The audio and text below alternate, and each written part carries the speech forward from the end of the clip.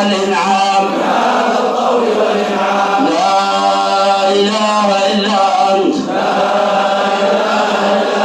ظهر اللاجئين وجار المستجيرين وأمان الخائفين اللهم إن كنت كتبتني عندك في أم الكتاب شقيا أو محروما أو مطرودا أو مكترا علي في الرزق فامحو اللهم بفضلك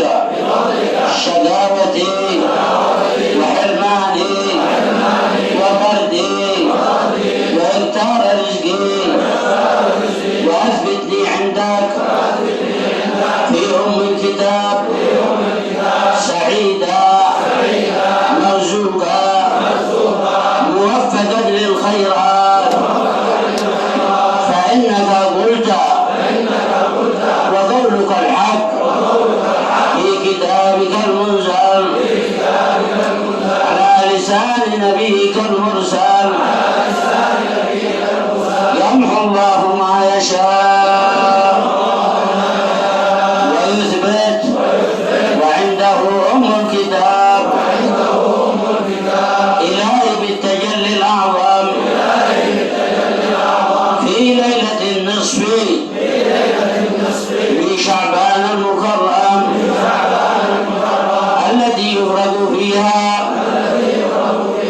كل أمر حكيم ويبرم أن تكشف عنا وعن والدينا وأزواجنا وذرياتنا ومحبينا وموصينا والمسلمين من البلاء ما نعلم وما لا نعلم وما أنت به أعلم إنك أنت الله الأعز الأكرم وصلى الله على سيدنا محمد وعلى آله وصحبه وسلم الحمد لله رب العالمين.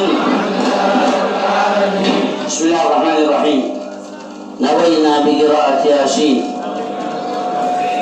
بنية دفع البلاء عنا وعن والدينا وأزواجنا وذرياتنا وأحبابنا ومحبينا وموصينا ويمننا وأبناء يمننا وجميع المسلمين. بسم الله أعوذ بالله من الشيطان الرجيم. بسم الله